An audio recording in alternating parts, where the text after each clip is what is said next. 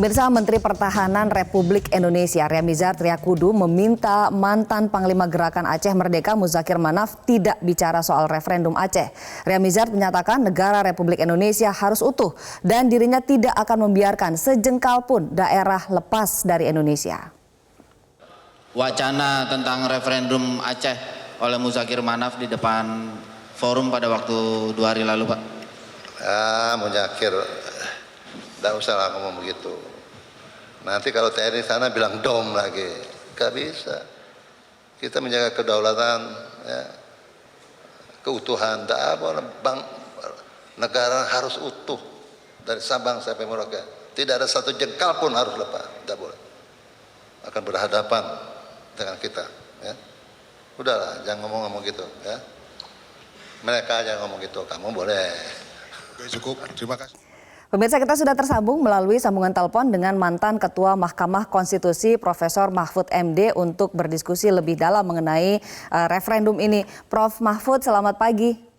Selamat pagi, Ani. Baik. Di sini juga ada Bung Jaka, Prof. Iya. Prof, ini wacana referendum ini bergaung kembali, bergema kembali. Kali ini yang disoal adalah implementasi butir-butir MOU Helsinki yang 14 tahun lalu sebetulnya 2005 begitu. Apakah memang ini jadi alasan yang kuat begitu untuk meminta adanya referendum? Pertama dari aspek politik ya. Kalau alasannya butir-butir Helsinki itu soal politik lah. Pemerintah bisa iya, bisa tidak gitu ya. Apakah itu sudah diimplementasikan atau tidak. Tapi saya akan bicara dari sudut hukumnya saja. Jadi untuk saat ini di Indonesia itu tidak ada lagi ketentuan hukum yang membolehkan adanya referendum untuk apapun. Untuk apapun. Apalagi untuk menentukan status hubungan pusat daerah. Dulu memang karena zaman Orde Baru itu kan dulu ada pengangkatan anggota DPR sampai 22%. Anggota MPR 60% waktu itu diangkat oleh Presiden kan. Lalu Adnan Buyung pada waktu itu protes, kok ada wakil rakyat diangkat. Lalu Pak Harto bilang, saya untuk menjaga agar Undang-Undang Dasar tidak diubah gitu. Yeah.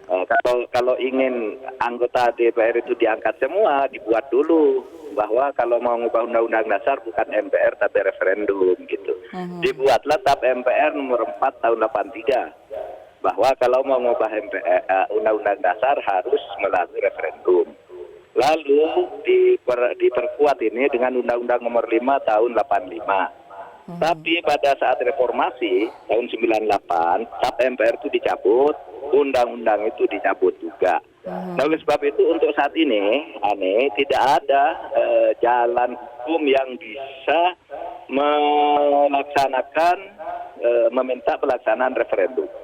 Bahkan International Convention juga ICCPR itu ya tentang konvensi internasional tentang hak sipil dan politik itu memang di situ ada satu butir yang menyatakan setiap bangsa itu mempunyai hak untuk menentukan nasibnya sendiri. Tetapi di situ juga ada ketentuan bahwa sebuah negara yang sudah mempunyai kedaulatan atas seluruh wilayah-wilayahnya boleh mengambil langkah-langkah hukum untuk menjaga keutuhan wilayahnya. Jadi yang boleh menentukan nasib sendiri itu kalau memang belum merdeka atau di bawah kekuasaan negara lain sebagai koloni gitu ya, sebagai jajahan. Prof, nah itu. Kalau memang tidak ada dasar hukumnya, tidak relevan, lalu tapi coba-coba digaungkan, ini artinya apa, Prof? Ya politis itu tadi, saya kira kan sudah tadi diulas tuh di editorial bahwa itu masalahnya politis terkait dengan berbagai hal yang tidak berkaitan dengan konstitusi sebenarnya. Gitu. Jadi sebaiknya seberapa tegas pemerintah menyikapi hal ini? Saya kira memang harus tegas bahwa itu tidak ada referendum itu tidak ada karena begini di dalam konvensi internasional juga disebutkan ya bahwa setiap negara boleh mengambil langkah apapun termasuk langkah-langkah hukum dan penertiban keamanan untuk melindungi kedaulatan atas seluruh wilayahnya gitu. Sebab kalau setiap ketidakpuasan itu lalu menimbulkan usul referendum, nanti kan setiap negara juga bisa bubar, setiap daerah juga bisa melakukan hal yang sama. Nah itulah sebabnya kita punya pemerintah yang diberi wewenang untuk melakukan segala langkah untuk itu, gitu. Oke. Gitu. Tapi apakah bisa kita masukkan atau kategorikan ini sebagai upaya untuk memisahkan sebagian NKRI yang artinya adalah upaya makar? Iya, itu kan intinya begitu. Kalau referendum untuk menentukan nasib sendiri gitu, ya itu artinya sudah keluar dari koridor konstitusi, sudah melanggar hukum-hukum tentang kedaulatan kita, hukum keamanan dan pertahanan kita, kan begitu. Oleh sebab itu harus dijaga dengan sebaik-baiknya.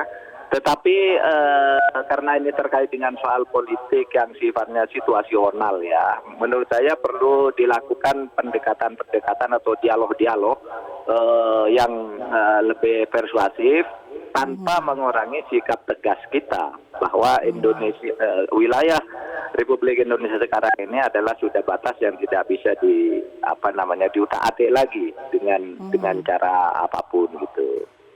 Artinya pemerintah yang harus melakukan pendekatan, Prof. Karena kan ini sepertinya ada ketidakdewasaan begitu dalam berdemokrasi. Kalah pemilu lalu tuntut referendum begitu. Iya, tentu pemerintah harus mengadakan pendekatan. Saya kan pernah mengatakan memang perlu terhadap daerah-daerah tertentu itu perlu pendekatan tertentu juga gitu. Karena masing-masing daerah itu punya karakteristik masing-masing. Jadi pendekatannya persuasi politik dan kebutuhan lokalnya apa kan begitu. Tetapi tetap dengan prinsip tidak bisa ada referendum untuk menentukan pemerintahan sendiri apapun jenisnya gitu. Baik, jadi tidak ada alasan sama sekali begitu. Prof. Mahfud MD, terima kasih banyak sudah bersama kami pagi hari ini. Ya, Bung Jaka, ini soal lebih kepada politik begitu alasannya. Karena secara hukum tidak ada dasarnya sama sekali. Jadi sebaiknya bagaimana nih menanggapi ketidakdewasaan berpolitik? Kalah pemilu minta referendum begitu. Ya, saya pikir ini kan menunjukkan bahwa belum semua elit politik kita itu menyikapi demokrasi dengan jiwa-jiwa demokrat ya. Artinya ketika hanya karena kalah pemilu terus ingin memisahkan diri, ingin membuat referendum kan jelas tidak bisa kita terima. Karena tadi seperti yang dikatakan Prof. Mahfud ya tidak ada dasar hukum apapun untuk menggelar referendum, apalagi ketika referendum itu dimaksudkan untuk meminta pendapat dari rakyat di wilayah tertentu untuk memisahkan diri.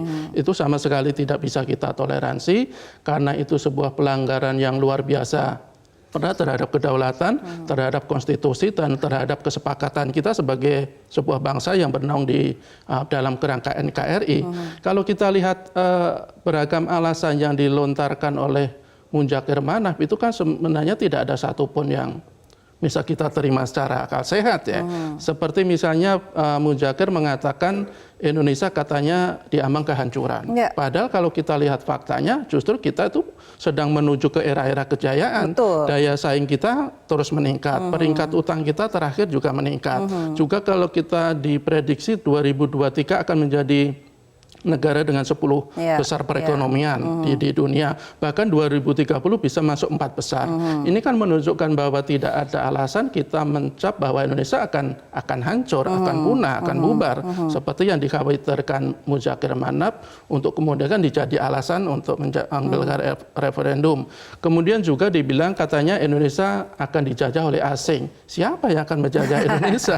Jadi saya pikir ini alasan-alasan yang ada-ada ya. Ada juga katanya karena penerapan perjanjian Helsinki tidak sesuai yang diharapkan. Salah satunya soal bendera Aceh yang sampai sekarang memang belum ada titik temu dengan konon. Saya pikir ini kan masalah-masalah yang saya pikir jauh dari dari syarat untuk menggelar referendum, apalagi sekali lagi tidak ada dasar hukumnya sama sekali untuk menggelar referendum. Jadi saya pikir saya setuju negara harus tegas karena kita tidak boleh memberikan ruang sedikit pun bagi pihak-pihak yang ingin mengusik NKRI, tetapi kita juga tidak boleh terlalu keras ya, langsung bersikap keras. Karena ini saya pikir lebih ke politik daripada lebih ke soal hukum. Jadi harus ada pendekatan khusus begitu. Ya, saya pikir seperti itu karena saya melihatnya sekedar emosional ya.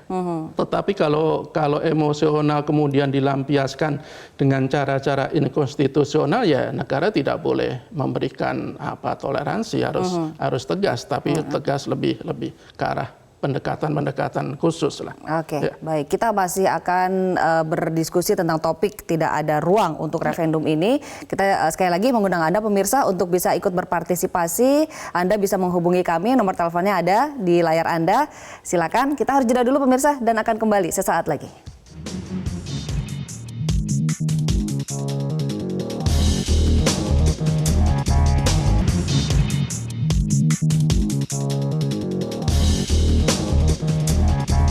Kembali di editorial Media Indonesia pemirsa, dan sudah ada penelpon yang bergabung bersama kami. Saya akan menyapa penelpon pertama. Ada Pak Bion Hidayat di Mataram, Nusa Tenggara Barat. Selamat pagi Pak. Selamat pagi, Mbak. Ya, silakan Pak Bion. Baik, terima kasih. Jadi kalau saudara kita dari Pak Muzakir Manaf mengatakan bahwa Aceh ingin referendum, saya rasa itu di luar konstitusi. Karena secara yuridis bahwa Undang-Undang Dasar kita tidak memberikan ruang terhadap itu. Bolehlah butir ansenki, tapi butir ansenki ini tidak memberikan sebuah justifikasi yuridis terhadap daerah untuk referendum. Nah, jadi keliru kawan kita ini. Aceh ini sudah diberikan sebagai provinsi khusus. Ya. Jadi saya sangat tidak sependapat, Pak. Ini satu. Lalu kedua, penyebab kawan-kawan seperti ini, ya jujur saja, seperti NTB misalnya. Apakah kami putra daerah ini juga tidak mampu untuk memimpin Indonesia ini di kursi kabinet misalnya? Tapi selama ini juga Jakarta menutup mata dengan Nusa Tenggara Barat. Berapa periode Pak Jokowi, Pak SBY, kami tidak diberikan ruang untuk ikut di dalam kabinet menentukan kebijakan, Baik. Mbak. Baik, Ini yang kedua. baik. Sebentar dulu, Mbak, Ya. supaya kita clear ini. Baik, kami sudah menangkap maksudnya Pak Bion Hidayat. Terima kasih dari Nusa Tenggara Barat. Kita ke penelpon yang kedua. Ada Pak Boy Lestari di Padang, Sumatera Barat. Selamat pagi Pak Boy.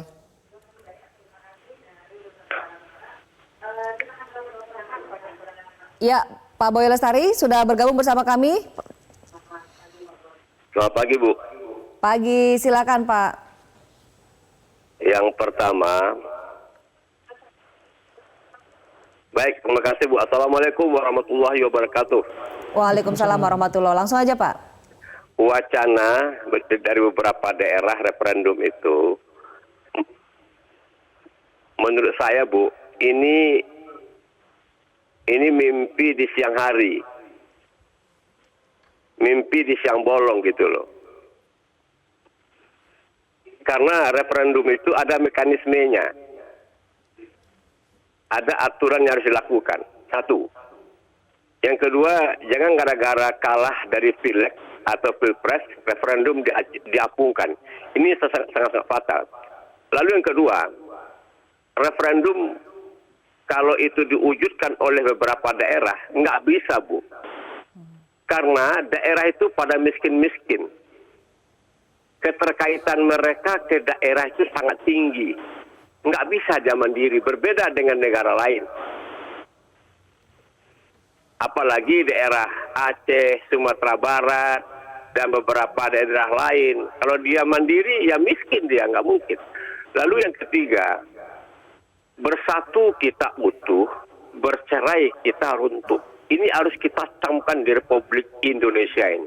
Saya, Boy Lestari Datuk Palindi, Ketua Majelis Zikir Babu Salam Indonesia, mengharapkan kepada daerah-daerah, wacana referendum ini dibatalkan. Jangan merusak negeri ini. Seperti itu, Bu.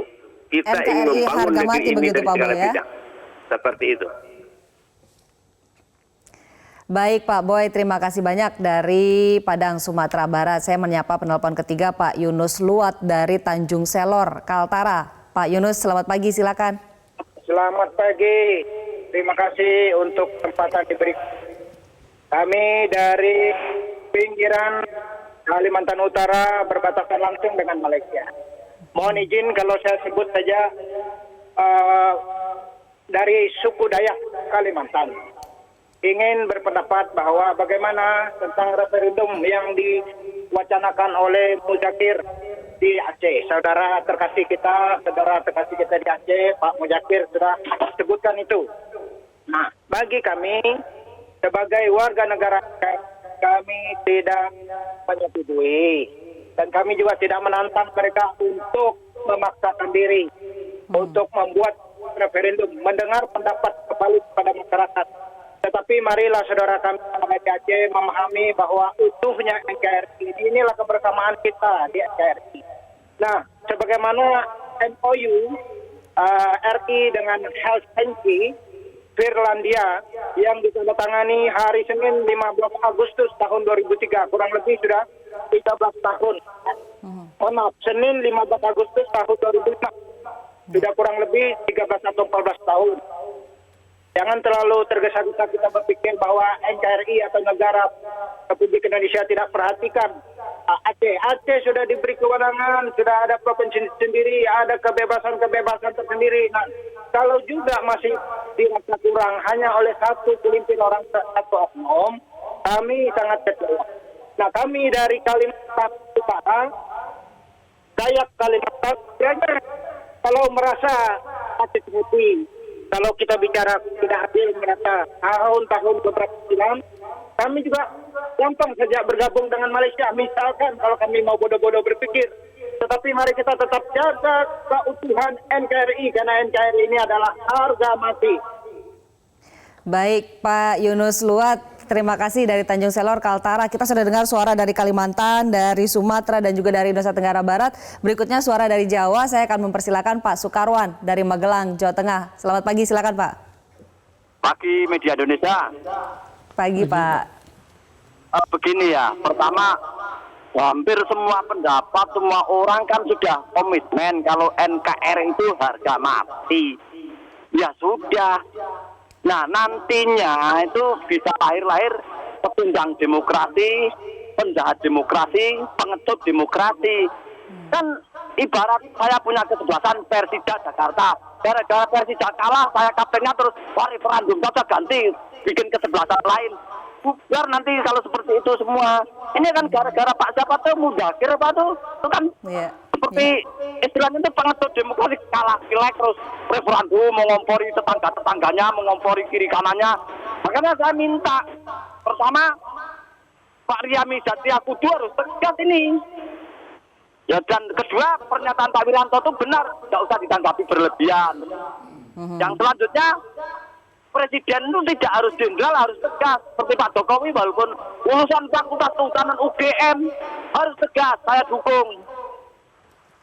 Yang mau referendum itu pokoknya nggak usah dikasih ruang.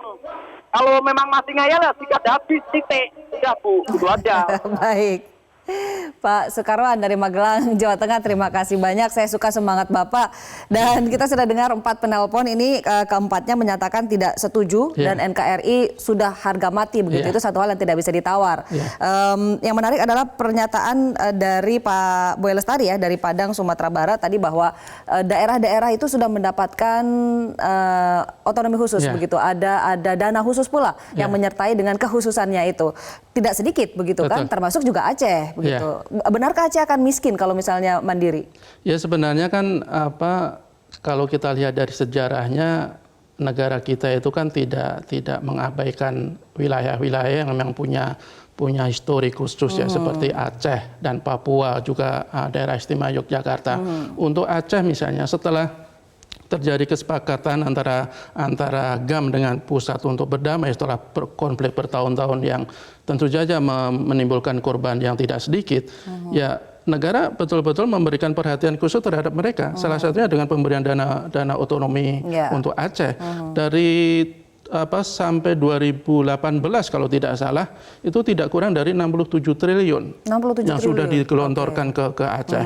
Bahwa kemudian penggunaannya mungkin belum maksimal, yaitu bukan menjadi tanggung jawab pemerintah pusat lagi.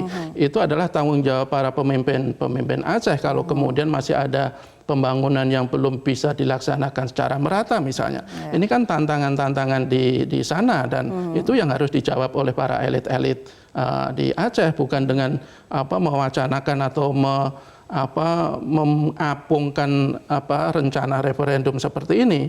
Saya pikir bahwa kepedulian pusat terhadap Aceh adalah merupakan bentuk bahwa negara ini betul-betul menganggap bahwa Aceh itu ya anak kandung NKRI, bukan anak tiri, sehingga anak kandung yang khusus pula, kan? Tidak ada istilahnya anak kandung untuk memisahkan diri dari orang tua kandungnya. Saya pikir ini ada istilah yang kita resapi bersama untuk rakyat Aceh. Mereka sudah sepakat untuk memantapkan diri bergabung dengan NKRI dan emang dari dulu sejarahnya juga bagian dari NKRI. Tidak ada alasan untuk memisahkan diri. Kalau toh ada perbedaan politik misalnya, itu kan bisa diselesaikan dengan kepala dingin, dengan semangat kebangsaan dalam kerangka NKRI. Tidak boleh dengan ketidakpuasan misalnya. Betul. Ada saluran-salurannya, ada saluran hukum, ada saluran politik, dan tidak boleh dengan saluran-saluran yang menyimpang dari konstitusi. Referendum kan jelas-jelas menyimpang dari konstitusi. Tidak ada aturan untuk membolehkan referendum dan itu tidak akan pernah kita berikan. Betul. Ya. Baik, kita masih akan mengulas sedikit lagi tentang referendum ini. Tiada ruang buat referendum. Namun kembali harus jeda pemirsa dan akan kembali sesaat lagi.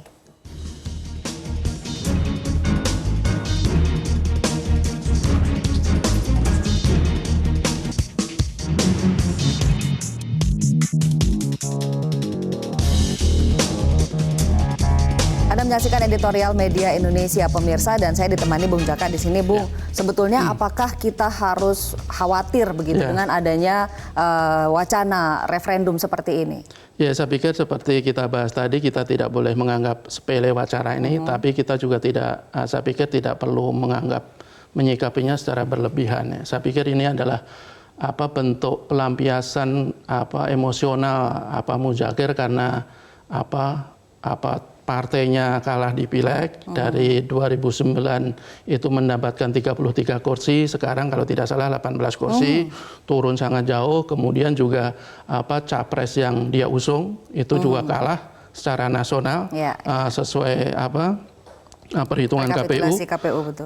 Tetapi meskipun mereka sebenarnya menang telak di Aceh, ini mungkin sebagai bentuk kekhawatiran sehingga mereka melampiaskan dengan mewacanakan referendum yang jelas-jelas inkonstitusional. Saya pikir kita yakin kok seluruh rakyat Aceh, sebagian rakyat Aceh masih ingin dan terus bergabung dengan NKRI karena mereka tidak kita anak tirikan, mereka kita perhatikan secara khusus bahkan, dan saya pikir ini adalah bentuk kepedulian yang luar biasa dari negara. Jadi tidak ada alasan satupun, tidak ada dalih sedikit pun untuk memisahkan diri dari NKRI. Baik, lalu sebaiknya pemerintah bagaimana untuk bersikap? Karena di satu sisi ada yang menyatakan pendekatan lebih lah kepada masyarakat yang ada di Aceh. Di sisi lain tindak tegas saja begitu. Tadi penelpon kita juga menyatakan bahwa tindak tegas aja begitu. Ini merupakan upaya makar. Iya, saya pikir ketegasan harus menjadi pakem ya. Artinya karena kalau kita lihat tidak hanya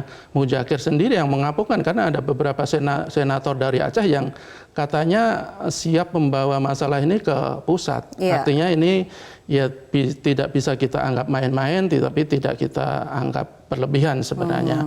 Artinya bahwa ini tantangan terbesar bagi calon pemimpin yang nanti terpilih. Kalau nanti Pak Jokowi dikukuhkan lewat keputusan MK yang menolak gugatan dari 02, ini adalah tanggung jawab beliau untuk betul-betul merangkul seluruh anak bangsa. Dan kita sangat menyambut positif, juga sangat mendukung ketika Pak Jokowi berpidato beberapa waktu lalu bahwa mereka akan menjadi presiden 100% bagi seluruh rakyat Indonesia.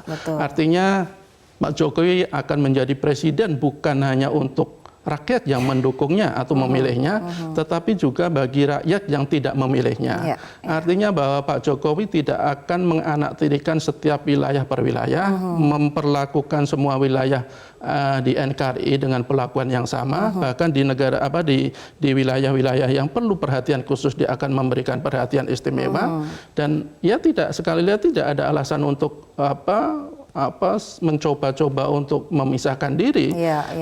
Saya pikir pendekatan atau dialog-dialog mesti kita kedepankan, tetapi ketika dialog-dialog tidak bisa juga membujuk mereka atau membawa mereka kembali ke NKRI, ya tindakan lebih tegas harus kita ambil. Karena kita sudah sepakat bahwa NKRI adalah harga mati, NKRI tidak boleh ditawar-tawar lagi, dan dia harus ada selamanya sampai nanti kiamat tiba. Baik, garis bawahi itu Indonesia sentris sudah diperlihatkan di pemerintahan periode yang pertama oleh Pak Jokowi JK. Tidak hanya Jawa, tapi seluruh wilayah Indonesia, bahkan wilayah-wilayah yang tadinya agak terbaikan mulai semakin mendapat kita bisa perhatian. Melihat itu nanti di periode yang kedua. Baik, Bung Jaka, terima kasih banyak sudah bersama kami di Editorial Media Indonesia hari ini.